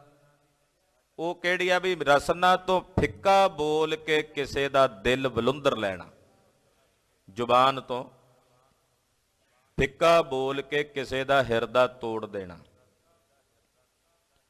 ਬੋਲ ਕਬੋਲ ਬੋਲ ਕੇ। ਇਹਨੂੰ ਕਹਿੰਦੇ ਆ ਬਚਨਾਂ ਦੀ ਹਿੰਸਾ। ਮੇਰੇ ਸਾਹਿਬ ਜੀ ਕਹਿੰਦੇ ਮੇਰਾ ਸੁਆਮੀ ਮਿੱਠ ਬੋਲੜਾ ਹੈ, ਉਹ ਕਦੇ ਕੌੜਾ ਨਹੀਂ ਜੇ ਬੋਲਦਾ। ਤੇ ਫਿੱਕਾ ਬੋਲ ਕੇ ਕਿਸੇ ਦਾ ਹਿਰਦਾ ਤੋੜ ਦੇਣਾ। ਤੇ ਫਿੱਕਾ ਵੀ ਕਿਹਨੂੰ ਬੋਲਦਾ? ਜਿਹੜਾ ਕਮਜ਼ੋਰ ਹੋਵੇ, ਉਹਦੇ ਤੇ ਫਿੱਕਾ ਬੋਲ ਕੇ ਕਿਰਜ ਲੈਂਦਾ। ਬਲੀ ਤੇ ਥੋੜੀ ਬੋਲਦਾ। ਜਿਹੜਾ ਕਮਜ਼ੋਰ ਹੋਵੇਗਾ, ਦੀਨ ਹੋਵੇਗਾ, ਉਹਨੂੰ ਵੇਖ ਕੇ ਫਿੱਕਾ ਬੋਲ ਲੇਗਾ, ਉਹਨੂੰ 2 ਗਾਲਾਂ ਵੀ ਕੱਢ ਲਏਗਾ, ਲਪੇੜੇ ਵੀ ਮਾਰ ਲੈਂਦਾ ਉਹਨੂੰ। ਉਹ ਕਹਿੰਦੇ ਗਰੀਬ ਕੋ ਮਤ ਦੁਖਾ, ਗਰੀਬ रो देगा, देखेगा उसका खुदा तो 2 जहां से खो देगा। ਗਰੀਬ ਬੰਦੇ ਦੇ ਉੱਤੇ ਬੰਦਾ ਜਦੋਂ ਕਿਰਜਦਾ ਹੈ, ਗੁੱਸੇ ਵਿੱਚ ਆ ਕੇ ਉਹਨੂੰ ਕਬੂਲ ਬੋਲਦਾ ਹੈ, ਉਹ ਵਿਚਾਰਾ ਅੱਗੋਂ ਕੁਝ ਨਹੀਂ ਕਰ ਸਕਦਾ, ਚੁੱਪ ਹੋ ਕੇ ਰੋਏਗਾ ਹੀ ਨਾ। ਕਹਿੰਦੇ ਉਹਦਾ ਰੋਣਾ ਵੇਖ ਕੇ ਜਦੋਂ ਉਹਦਾ ਖੁਦਾ ਵੇਖੇਗਾ ਨਾ, ਤੇ ਕੌੜਾ ਬੋਲਣ ਵਾਲੇ ਨੂੰ, ਜਿਹੜਾ ਉਹਨੂੰ ਦੁਖਾ ਰਿਹਾ, ਉਹਦਾ ਲੋਕ ਤੇ ਪ੍ਰਲੋਕ ਵਿਗਾੜ ਕੇ ਰੱਖ ਦੇਗਾ। ਫਿਰ ਇੱਕ ਰਹਿਮਨ ਨਾਮ ਦਾ ਫਕੀਰ, ਉਹਦੀ ਕਵਿਤਾ ਪੜ੍ਹਾਈ ਜਾਂਦੀ ਸਕੂਲਾਂ 'ਚ। ਉਹ ਕਹਿੰਦਾ ਵੀ ਇਹ ਜਿਹੜਾ ਕੌੜਾ ਬੋਲਦੇ ਨੇ, ਇਹਨਾਂ ਨੂੰ ਸਜ਼ਾ ਕਿਹੋ ਜਿਹੀ ਮਿਲਣੀ ਚਾਹੀਦੀ। ਉਹ ਕਹਿੰਦਾ ਖੀਰਾ ਮੁਖ ਸਹੁੰ ਕਾਟੀਐ, ਖੀਰਾ ਮੁਖ ਸਹੁੰ ਕਾਟੀਐ, ਘਸੀਆ ਨਮਕ ਲਗਾਏ, ਰਹਿਮਨ ਕੜਵੇ ਮੁਖਨ ਕੋ ਐਸੀ ਮਿਲੇ ਸਜਾਏ। ਕਹਿੰਦੇ ਖੀਰੇ ਦਾ ਉੱਪਰਲਾ ਜਿਹੜਾ ਸਿਰਾ ਹੁੰਦਾ, ਜਿੱਧਰੋਂ ਵੇਲ ਨਾਲ ਲੱਗਾ ਹੁੰਦਾ, ਉਹਨੂੰ ਉੱਪਰੋਂ ਕੱਟਿਆ ਜਾਂਦਾ, ਕਿਉਂਕਿ ਕੌੜਾ ਹੁੰਦਾ ਉਹ। ਉਹਦੇ ਤੇ ਲੂਣ ਲਾ ਕੇ ਉਹਨੂੰ ਘਸਦੇ ਆ ਵੀ ਉਹਦੇ ਚੋਂ ਜਿਹੜਾ ਚਿੱਟੇ ਜਿਹੇ ਰੰਗ ਦਾ ਲਾਵਾ ਜਿਹਾ ਹੁੰਦਾ, ਜ਼ਹਿਰ ਜਿਹਾ, ਉਹ ਨਿਕਲ ਜਾਏ। ਕਹਿੰਦੇ ਇੱਕ ਕੱਟਿਆ, ਫਿਰ ਉੱਤੇ ਲੂਣ ਪੁੱਕਿਆ। ਕਹਿੰਦੇ ਕਿੱਡੀ ਸਜ਼ਾ ਮਿਲੀ ਉਹਨੂੰ, ਕੌੜੇ ਮੂੰਹ ਕਰਕੇ, ਕੱਟਣ ਕਰਕੇ ਫਿਰ ਤੋਂ ਲੂਣ ਪੁੱਕਿਆ, ਜ਼ਖਮ ਦੇ ਲੂਣ। ਕਹਿੰਦੇ ਜਿਹੜੇ ਕੜਵੇ ਮੂੰਹ ਬੋਲਣ ਵਾਲੇ ਨੇ, ਜ਼ੁਬਾਨ ਦੀ ਹਿੰਸਾ ਕਰਨ ਵਾਲੇ ਨੇ, ਉਹਨਾਂ ਨੂੰ ਵੀ ਇਹੋ ਜਿਹੀ ਸਜ਼ਾ ਹੀ ਮਿਲਣੀ ਚਾਹੀਏ। ਇਹਨੂੰ ਕਹਿੰਦੇ ਬਚਨਾਂ ਦੀ ਹਿੰਸਾ। ਪਾਤਸ਼ਾਹ ਕਹਿੰਦੇ ਫਿੱਕਾ ਬੋਲ ਦੁਖਾਏ ਹਨਾਵੈ, ਕਿਸੇ ਨੂੰ ਫਿੱਕਾ ਬੋਲ ਬੋਲ ਕੇ ਉਹਦਾ ਦਿਲ ਤੋੜਨਾ। ਹਿੰਸਾ ਬਚਨਨ ਕੀ ਕਹਿ ਲਾਵੇ। ਇਹ ਬਚਨਾਂ ਦੀ ਹਿੰਸਾ ਕਹੀ ਜਾਂਦੀ ਹੈ। ਤੀਜੀ ਮਾਰਨ ਜੀਵਨ ਕੇਰੀ। ਤੀਜੀ ਆ ਜੀਵਾਂ ਨੂੰ ਮਾਰਨਾ, ਸਰੀਰ ਦੀ ਹਿੰਸਾ, ਸਰੀਰ ਕਰਕੇ ਕਿਸੇ ਨੂੰ ਮਾਰਨਾ, ਸਰੀਰ ਕਰਕੇ ਕਿਸੇ ਨੂੰ ਆਹਤ ਕਰਨਾ, ਕਿਸੇ ਜੀਵ ਨੂੰ ਮਾਰਨਾ। ਹਾਂਜੀ। त्यागे इनको होए बिन देरी। ਇਹ ਹੈ ਤਨ ਦੀ ਹਿੰਸਾ। ਤਿੰਨ ਪ੍ਰਕਾਰ ਦੀ ਹੋ ਗਈ, ਮਨ ਦੀ, ਬਚਨ ਦੀ ਔਰ ਤਨ ਦੀ। ਮਹਾਰਾਜ ਜੀ ਕਹਿੰਦੇ ਇਹਦਾ ਤਿੰਨਾਂ ਪ੍ਰਕਾਰ ਦੀ ਹਿੰਸਾ ਦਾ ਤਿਆਗ ਕਰਨਾ। ਜਿਹੜਾ ਇਹਨਾਂ ਤਿੰਨੋਂ ਪ੍ਰਕਾਰ ਦੀ ਹਿੰਸਾ ਦਾ ਤਿਆਗ ਕਰ ਦੇਵੇ ਉਹਨੂੰ ਕਹਿੰਦੇ ਨੇ ਅਹਿੰਸਕ। ਇਹ ਪਹਿਲਾ ਯਮ ਹੈ। ਉਹਨੂੰ ਕਹਿੰਦੇ ਆ ਅਹਿੰਸਾ ਦਾ ਪਾਲਣ ਕੀਤਾ ਇਹਨੇ। ਉਦਾਂ ਕਹੇ ਵੀ ਮੈਂ ਨਹੀਂ ਮਾਰਨਾ ਕਿਸੇ ਨੂੰ, ਤੇ ਕਿਸੇ ਦੇ ਦਰਵਾਜ਼ੇ ਦੇ ਉੱਤੇ ਜਾ ਕੇ ਬਹਿ ਜੇ ਭੁੱਖ ਦੇ ਨਾਲ ਮਰਨ ਵਾਸਤੇ ਵੀ ਜੇ ਮੇਰੀ ਗੱਲ ਨਹੀਂ ਨਾ ਮੰਨਦਾ ਤੇ ਮੈਂ ਜੇ ਮਰਨ ਲੱਗਾ, ਇਹ ਵੀ ਹਿੰਸਾ ਹੀ ਹੈ। ਵੀ ਉਹਨੂੰ ਨਹੀਂ ਮਾਰਨਾ ਤੇ ਉਹਦੇ ਤੇ ਪ੍ਰੈਸ਼ਰ ਪਾ ਕੇ ਦਿਮਾਗੀ ਤੌਰ ਤੇ ਉਹਨੂੰ ਫਾਵਾ ਕਰਨ ਲਈ ਵੀ ਮੈਂ ਤੇਰੇ ਦਰਵਾਜ਼ੇ ਤੇ ਬਹਿ ਗਿਆ, ਹੁਣ ਭੁੱਖ ਹੜਤਾਲ ਤੇ ਉਦੋਂ ਤੱਕ ਨਹੀਂ ਉੱਠਦਾ ਜਦੋਂ ਤੱਕ ਤੂੰ ਮੇਰੀ ਗੱਲ ਨਹੀਂ ਮੰਨਦਾ, ਨਹੀਂ ਤਾਂ ਮਰ ਜਾਗਾ ਤੇਰੇ ਸਿਰੇ ਲੱਗ ਕੇ। ਇਹ ਵੀ ਤਾਂ ਹਿੰਸਾ ਹੀ ਹੈ ਨਾ। ਕਲਗੀਆਂ ਵਾਲੇ ਸਵਾਮੀ ਸ੍ਰੀ ਗੁਰੂ ਗੋਬਿੰਦ ਸਿੰਘ ਸਾਹਿਬ ਸੱਚੇ ਪਾਤਸ਼ਾਹ ਜੀ ਮਹਾਰਾਜ ਤਲਵਾਰ ਚੁੱਕਦੇ ਐ। ਕਈਆਂ ਆਖਿਆ ਇਹਨਾਂ ਹਿੰਸਾ ਦਾ ਰਾਹ ਅਪਣਾ ਲਿਆ, ਤਲਵਾਰ ਚੁੱਕੀ, ਤੇ ਕਈਆਂ ਆਖਿਆ ਇਹਨਾਂ ਹਿੰਸਾ ਦਾ ਰਾਹ ਅਪਣਾ ਲਿਆ। ਹਿੰਸਕ ਕਲਗੀਧਰ ਜਾਂ ਉਹਨਾਂ ਦਾ ਖਾਲਸਾ ਨਹੀਂ ਹੈ। ਹਿੰਸਕ ਬਣ ਕੇ ਆਉਂਦਾ ਸੀ ਅਬਦਾਲੀ, ਹਿੰਸਕ ਬਣ ਕੇ ਆਉਂਦਾ ਸੀ ਨਾਦਰ, ਤੇ 700 ਸਾਲ ਤੋਂ ਜਿਉਂ ਗਜਨਵੀ ਤੋਂ ਲੈ ਕੇ ਟੁਰੇ ਨੇ ਇਹ ਹਿੰਸਕ ਬਣ ਕੇ ਆਉਂਦੇ ਰਹੇ। ਕਿਸੇ ਨੇ ਇਹਨਾਂ ਦੇ ਅੱਗੇ ਖਲੋ ਕੇ ਇਹਨਾਂ ਦੇ ਸਾਹਮਣੇ ਮੁਕਾਬਲਾ ਕਰਨ ਦਾ ਜੇਰਾ ਨਹੀਂ ਕੀਤਾ। ਤੇ ਕਲਗੀਆਂ ਵਾਲੇ ਪਾਤਸ਼ਾਹ ਜੀ ਮਹਾਰਾਜ ਜੀ ਨੂੰ ਜਰਵਾਣਿਆਂ ਨੂੰ ਰੋਕਣ ਵਾਸਤੇ ਤਲਵਾਰ ਚੁੱਕੀ ਹੈ। ਉਹ ਹਿੰਸਕ ਨਹੀਂ, ਹਿੰਸਾ ਨੂੰ ਰੋਕਣ ਵਾਸਤੇ ਖੜੇ ਹੈ। ਤੇ ਜੇ ਆਖਣ ਆ ਭਗਤ ਸਿੰਘ ਵਰਗੇ ਯੋਧੇ, ਕਰਤਾਰ ਸਿੰਘ ਸਰਾਭੇ ਵਰਗੇ ਮਹਾਨ ਸ਼ਹੀਦ, ਇਹਨਾਂ ਦੇ ਬਾਬਤ ਬੜੇ ਬੜੇ ਮਾੜੇ ਸ਼ਬਦ ਕਹੇ ਗਏ ਜਿਹੜੇ ਆ ਹਿੰਸਾਵਾਦੀ ਦਾ ਪਾਠ ਪੜ੍ਹਨ ਪੜਾਉਣ ਵਾਲੇ ਨੇ। ਉਹ ਕਹਿੰਦੇ ਜੀ ਇਹ ਥੋੜੀ ਰਾਹ ਸੀ ਸਾਡਾ ਆਜ਼ਾਦੀ ਦਾ, ਵੀ ਆਜ਼ਾਦੀ ਦਾ ਰਾਹ ਨਹੀਂ ਸੀ ਜਿਹੜਾ ਸ਼ਹੀਦ ਭਗਤ ਸਿੰਘ ਨੇ ਅਪਣਾਇਆ, ਕਰਤਾਰ ਸਿੰਘ ਸਰਾਭੇ ਨੇ ਅਪਣਾਇਆ, ਉਦਮ ਸਿੰਘ ਵਰਗੇ ਯੋਧਿਆਂ ਨੇ ਅਪਣਾਇਆ। ਇਹ ਰਾਹ ਨਹੀਂ ਸੀ ਆਜ਼ਾਦੀ ਦਾ। ਚਰਖਾ ਡਾਹ ਕੇ ਉਹਨੂੰ ਫੇਰੀ ਜਾਓ, ਇਹ ਰਾਹ ਸੀ ਸਾਡਾ ਆਜ਼ਾਦੀ ਦਾ। ਵੀ ਉਧਰੋਂ ਤੋਪਾਂ ਦੇ ਗੋਲੇ ਚਲਾਣ, ਤੁਸੀਂ ਅੱਗੇ ਮੂਹਰੇ ਚਰਖੇ ਦੀਆਂ ਪੂਣੀਆਂ ਕੱਤ ਸੁੱਟੋ, ਇਹ ਰਾਹ ਹੈ। ਇਹ ਨਹੀਂ ਸੀ। ਉਹਨਾਂ ਸ਼ਹੀਦਾਂ ਦੀ ਸ਼ਹਾਦਤ ਨੂੰ ਇਹਨਾਂ ਨੇ ਰੋਲਣ ਵਾਸਤੇ ਯਤਨ ਕੀਤਾ। ਜੇ ਕਰਤਾਰ ਸਿੰਘ ਸਰਾਭੇ ਵਰਗੇ ਸ਼ਹੀਦ, ਉਦਮ ਸਿੰਘ ਵਰਗੇ ਸ਼ਹੀਦ, ਭਗਤ ਸਿੰਘ ਵਰਗੇ, ਰਾਜਗੁਰੂ ਵਰਗੇ ਮਹਾਨ ਯੋਧੇ ਸ਼ਹਾਦਤ ਨਾ ਦਿੰਦੇ ਤੇ ਦੇਸ਼ ਆਜ਼ਾਦ ਨਾ ਹੁੰਦਾ। ਉਹਨਾਂ ਦੀ ਸ਼ਹਾਦਤ ਹੈ, ਨੱਕਦਮ ਕਰਕੇ ਰੱਖ ਦਿੱਤਾ ਅੰਗਰੇਜ਼ਾਂ ਦੇ।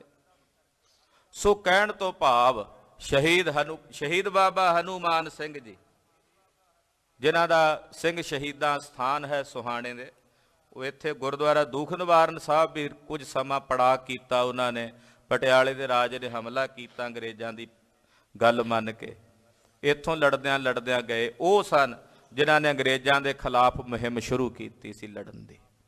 ਪਹਿਲੇ ਸ਼ਹੀਦ ਬਾਬਾ ਮਹਾਰਾਜ ਸਿੰਘ ਜੀ, ਕਿੱਡੇ ਮਹਾਨ ਯੋਧੇ ਜਿਨ੍ਹਾਂ ਅੰਗਰੇਜ਼ਾਂ ਦੇ ਖਿਲਾਫ ਜੰਗ ਦੀ ਮੁਹਿੰਮ ਸ਼ੁਰੂ ਕੀਤੀ।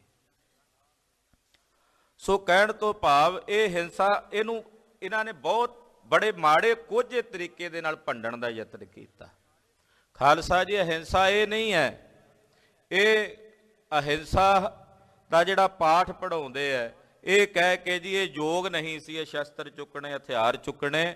ਖਾਲਸਾ ਜੀ ਦੀ ਲੋੜ ਸੀ, ਕਿਉਂਕਿ ਉਹ ਜਰਵਾਣੇ ਬਣ ਕੇ ਜ਼ੁਲਮ ਕਰ ਰਹੇ ਸੀ, ਤੇ ਜ਼ੁਲਮ ਨੂੰ ਸਹਿਣਾ ਇਹ ਕਤਈ ਨਹੀਂ ਹੋ ਸਕਦਾ। ਉਸ ਜ਼ੁਲਮ ਨੂੰ ਰੋਕਣ ਵਾਸਤੇ ਗੁਰਦੇਵ ਨੇ ਖਾਲਸਾ ਸ਼ਸਤਰਧਾਰੀ ਸਾਜਿਆ।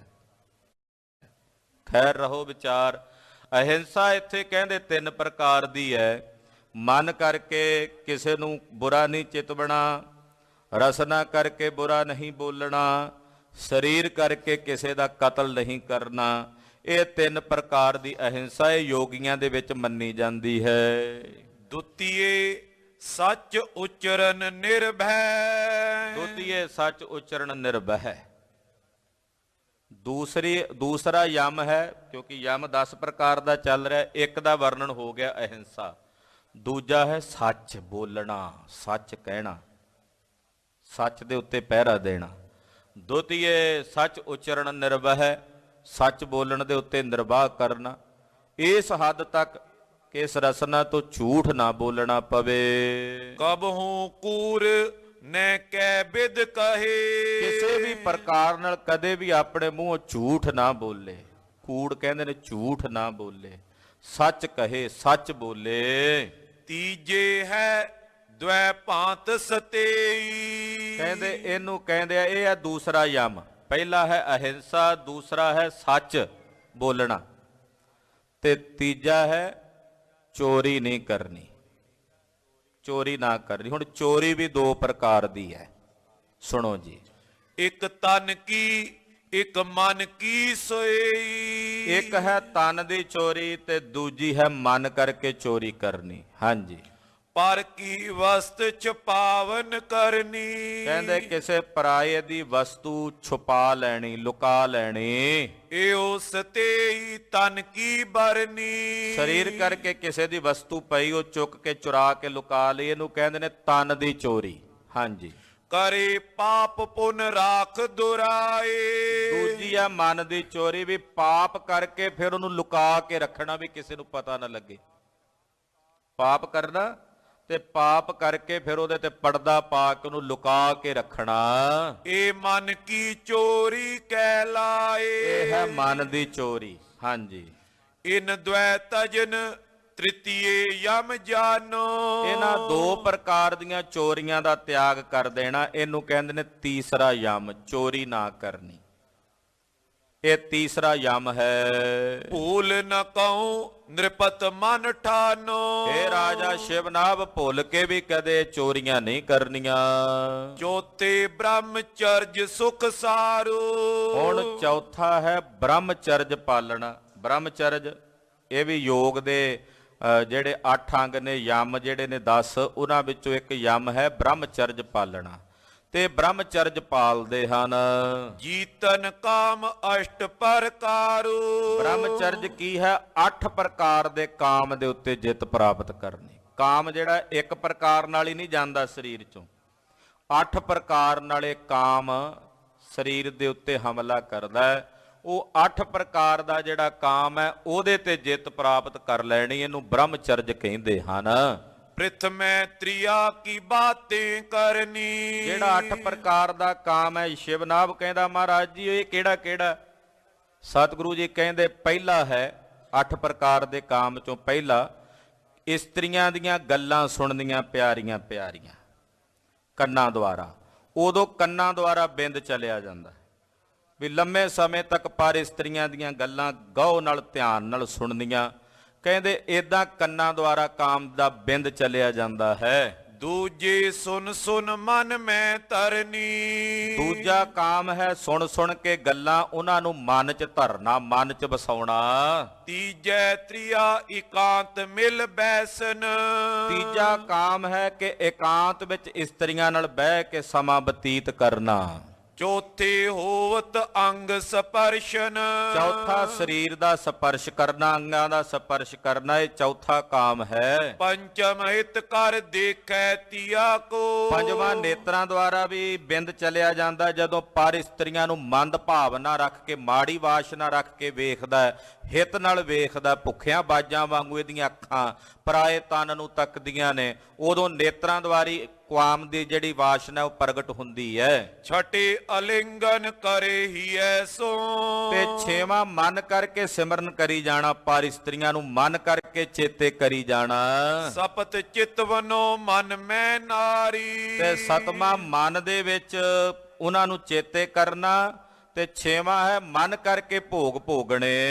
ਅਸ਼ਟਮ ਭੋਗ ਕਰਨ ਵਿਦ ਸਾਰੀ, ਤੇ ਅਸ਼ਟਮ ਹੈ ਸਰੀਰਕ ਤੌਰ ਤੇ ਸੰਬੰਧ ਬਣਨਾ, ਇਹ 8 ਪ੍ਰਕਾਰ ਦਾ ਕਾਮ ਹੈ। ਇਨ ਸਭ ਇਨ ਕੋ ਤਿਆਗੇ ਜੇਈ, ਕਹਿੰਦੇ ਜਿਹੜਾ ਇਹਨਾਂ 8 ਨੂੰ ਤਿਆਗ ਦੇਵੇ, ਇਹਨਾਂ 8 ਦੇ ਉੱਤੇ ਹੀ ਜਿੱਤ ਪ੍ਰਾਪਤ ਕਰ ਲਵੇ, ਬ੍ਰਹਮਚਰਜ ਤਾਰ ਤੇਈ, ਉਹਨੂੰ ਕਹਿੰਦੇ ਆ ਬ੍ਰਹਮਚਾਰੀ।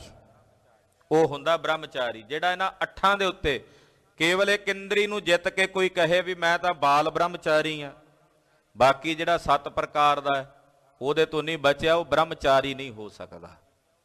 ਮਹਾਰਾਜ ਜੀ ਕਹਿੰਦੇ ਭਾਈ 8 ਪ੍ਰਕਾਰ ਦੇ ਉੱਤੇ ਜਿਹੜਾ ਜਿੱਤ ਪ੍ਰਾਪਤ ਕਰ ਲਵੇ ਕਾਮ ਦੇ ਉੱਤੇ ਉਹ ਬ੍ਰਹਮਚਰਜ ਕਹਾਉਂਦਾ ਹੈ। ਪੰਚਮ ਯਮ ਧੀਰਜ ਕਰਨੀ। ਇਹ ਚੌਥਾ ਯਮ ਸੀ ਬ੍ਰਹਮਚਰਜ। ਪੰਜਵਾਂ ਹੈ ਧੀਰਜ ਧਾਰਨ ਕਰਨਾ। ਪੰਜਵਾਂ ਯਮ ਧੀਰਜ ਨੂੰ ਧਾਰਨ ਕਰਨਾ।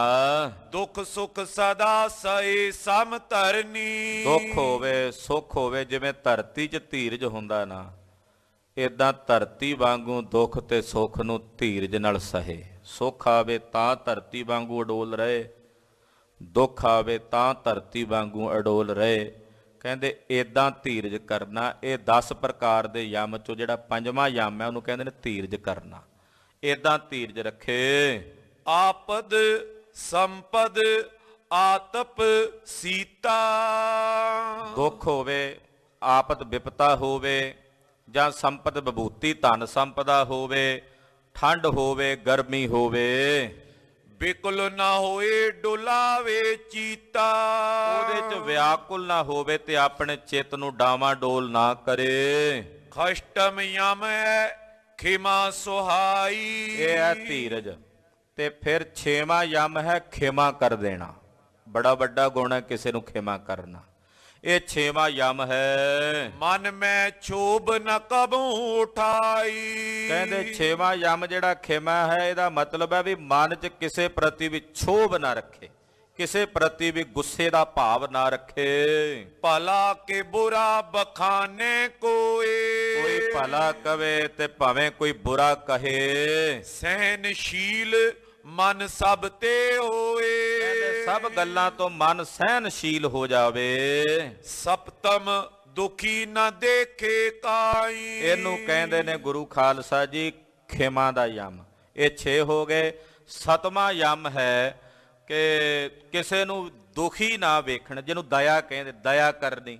ਇਹ 7ਵਾਂ ਯਮ ਹੈ ਕਿ ਕਿਸੇ ਨੂੰ ਦੁਖੀ ਨਾ ਵੇਖਣਾ।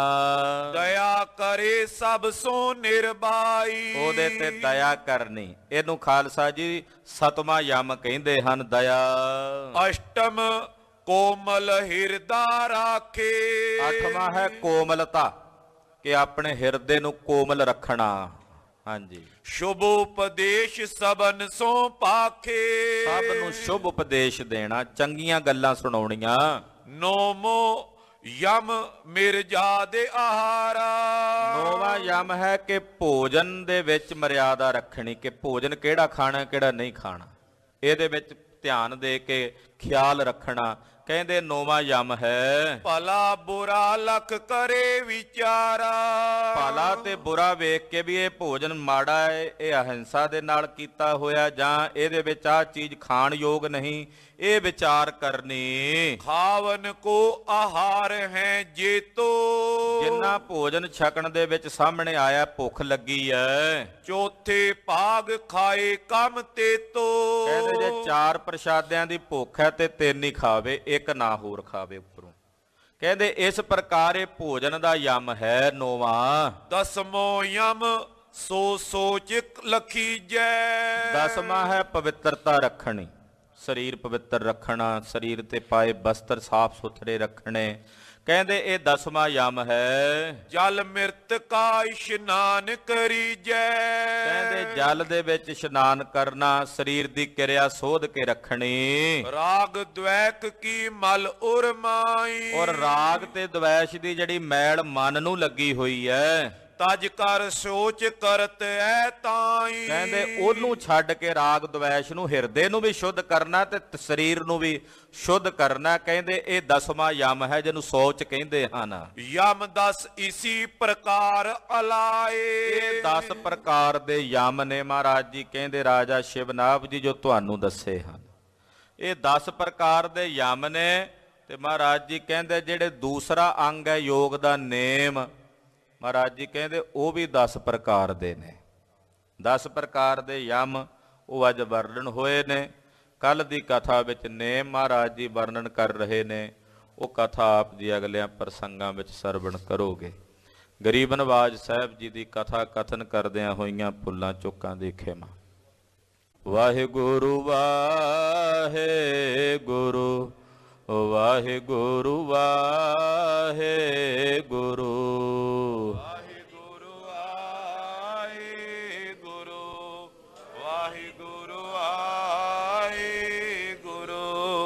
ਵਾਹਿਗੁਰੂ ਵਾਹਿਗੁਰੂ ਵਾਹਿਗੁਰੂ ਵਾਹਿਗੁਰੂ ਵਾਹਿਗੁਰੂ ਵਾਹਿਗੁਰੂ ਵਾਹਿਗੁਰੂ ਵਾਹਿਗੁਰੂ ਵਾਹਿਗੁਰੂ ਵਾਹਿਗੁਰੂ ਵਾਹਿਗੁਰੂ ਵਾਹਿਗੁਰੂ ਵਾਹਿਗੁਰੂ ਵਾਹਿਗੁਰੂ ਵਾਹਿਗੁਰੂ